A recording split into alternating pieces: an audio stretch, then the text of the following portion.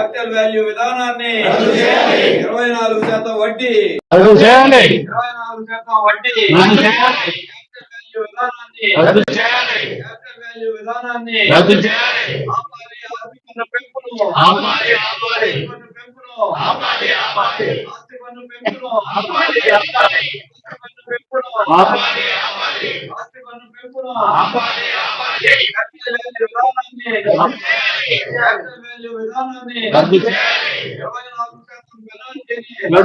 పదిహేను శాతం అనుకోవడం లేదు. 100 మీద మొదటి సంవత్సరం 15, తర్వాత 115 మీద 15, తర్వాత 132 మీద 15. అంటే 4-5 ఏళ్ళ మీద 100% అయిపోతుంది. ఇప్పుడు 100% అయినా ఇంకా క్యాపిటల్ వాల్యూకి రీచ్ కావాలా? క్యాపిటల్ వాల్యూకి రీచ్ అవ్వాలి. మళ్ళీ ఏ సంవత్సరానికి ఆ సంవత్సరం పెరిగినటువంటి వాల్యూస్ ప్రకారం మళ్ళీ ఇది జీవితాంతం ఈ పెంపుదల ఏ రోజుకి రీచ్ అవ్వాలి, ఇంకా పెరుగుతూనే ఉంటుంది. మరి అందుకే ఇందాక అన్నారు భాస్కర్, పే చేయగలిగిన కెపాసిటీ, పే చేయటువంటి ఇల్లు అమ్ముకుంటే ఎందుకు పే చేయలేరు? అందరూ పే చేయగలరు. లక్షాధికారులు వాల్యూ పెరిగిన తర్వాత లక్షలే ఉంటుంది. కానీ ఇక్కడ సమస్య పే చేయగలిగిన కెపాసిటీ ఉందా లేదా అని కాదు, ఆ ఇంటి మీద వచ్చేటువంటి ఆదాయంతో పే చేయగలిగిన కెపాసిటీ ఉందా లేదని.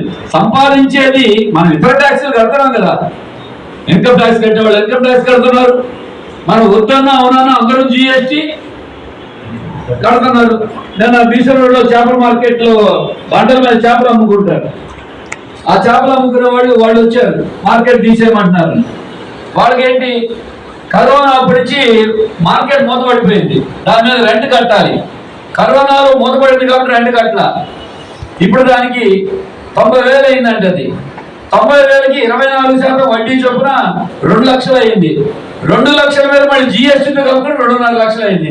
GST ఏంటంటే చేపలు అమ్మేటువంటి షాపు లీజుకి ఇచ్చినందుకు మున్సిపాలిటీ GST వీళ్ళ దగ్గర కలెక్ట్ చేసి వాళ్ళకి GST. ఇప్పుడు 2.5 లక్షలు అయింది. 2.5 లక్షల చేపలు అమ్ముకునేవాడు బండ మీద కట్టకపోతే ఏమవుతుంది?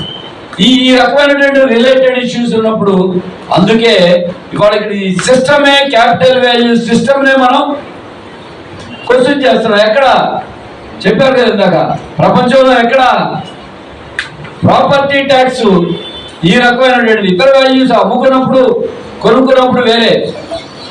అందుకే దీన్ని ఈ విధానాన్ని లీగల్గా జరిగేట్టుగా లేదు. ప్రభుత్వాల మీద ఒత్తిడి చేయాలి. సరే, పాత ప్రభుత్వం వెళ్ళిపోయింది, కొత్త ప్రభుత్వం నోటి మాట చెప్పడం కాదు, ఎలక్షన్ మేనిఫెస్టోలోనే ఆస్తి పన్నుని మేము సమీక్షిస్తామంటే దాన్ని రివైజ్ చేయడం అంటే అర్థమైనా తగ్గించడమే కదా. అది పోనీ మొదటి సంవత్సరం చేయలేకపోయారు, పోనీ ఇప్పుడు మళ్ళీ ఏప్రిల్లో, ఇంతవరకు దానికి అసలు గుర్తున్నట్టు కూడా ఎవరు దాని గురించి మాట్లాడలా. అందుకే గుర్తు చేయాల్సిన బాధ్యత మా మీద పడింది. అందుకని క్యాపిటల్ వాల్యూ విధానం పోవాలి. రేపు ఏప్రిల్ 1వ తారీఖు నుండి 15% పన్ను పెంపు ఆపాలి.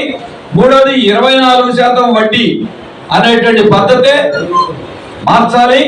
ఇప్పుడు కనీసం ఇంకో 2 నెలల పాటు మనకి దానికి టైం కూడా తప్పనిసరిగా పొడిగించాలి. ఈ డిమాండ్ల మీద వెంటనే మనం